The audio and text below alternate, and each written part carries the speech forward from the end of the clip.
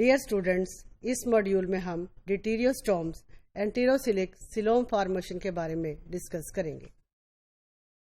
سیلوم normally embryonic stages میں اس کی development mesodermal cell سے ہوتی ہے۔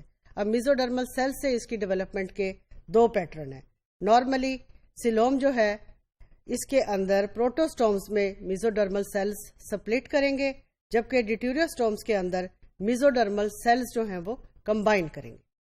اسی کو اگر ہم اس ڈائیگرام سے دیکھیں تو سیلوم کی فارمیشن ہمیں پروٹوسٹومز اور ڈیٹیریوسٹومز کے اندر کوائٹ آبویس ہے۔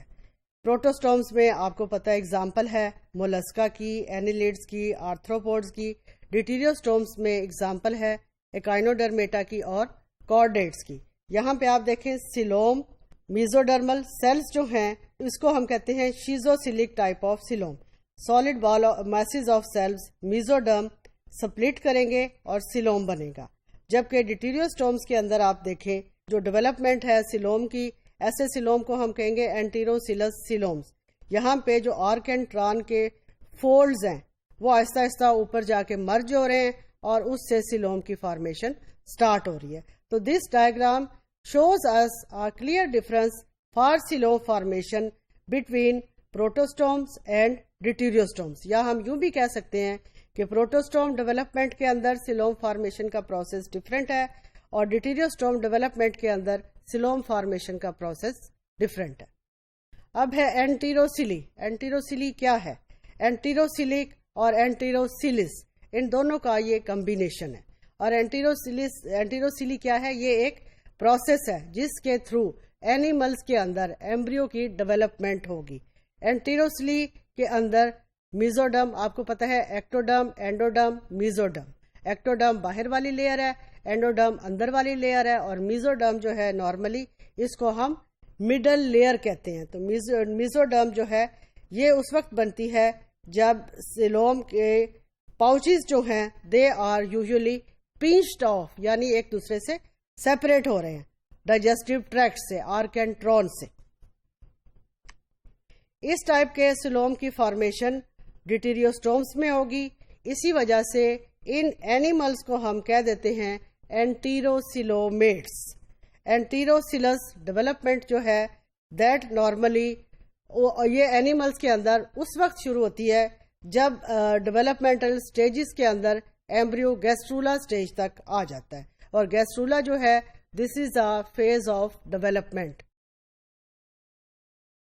اس پوائنٹ کے اندر سیلز کی ٹو لیئرز جیسے پہلے میں نے بتایا ایکٹوڈرم، اینڈوڈرم بن چکی ہوتی ہیں۔ میزوڈرم کے پاؤچز جو ہیں وہ سیپریٹ ہو چکے ہوتے ہیں، اور یہ پاکٹس جو ہیں یہ آہستہ آہستہ ایک دوسرے کے ساتھ ایکسٹینڈ کر کے میٹ کریں گی اور ایک کمپلیٹ سیلوم بنا دیں گی۔ اسی بات کو ہم انٹوسیلس سیلوم فارمیشن کو اس ڈائیگرام سے بھی ہم فردر ایکسپلین کر سکتے ہیں۔